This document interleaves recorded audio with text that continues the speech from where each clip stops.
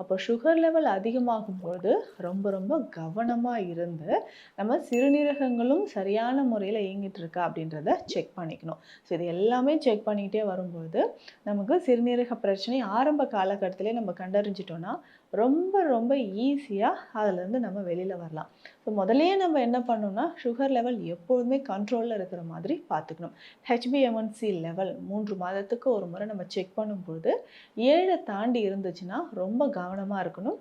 நம்மளுடைய வயதும் 60க்கு மேலே இருக்குது அப்படின்னாலும் ரொம்ப கவனமாக இருக்கணும். இப்போ 10 வருடங்களுக்கு மேலாக சுகர் இருக்குது, இதனோடு சேர்ந்து எனக்கு வந்து ஹைப்பர் டென்ஷன் இருக்குது, பிளட் ப்ரெஷர் இருக்குது அப்படின்னாலும் கவனமாக இருக்கணும்.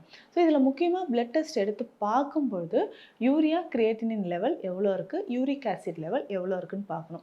ஸோ கிடுகிடுன்னு நமக்கு வந்து இஜிஎஃப்ஆர் அப்படின்னு சொல்லுவாங்க, எஸ்டிமேட்டட் குளோமருலார் ஃபில்ட்ரேஷன் ரேட் அப்படின்னு சொல்கிறது.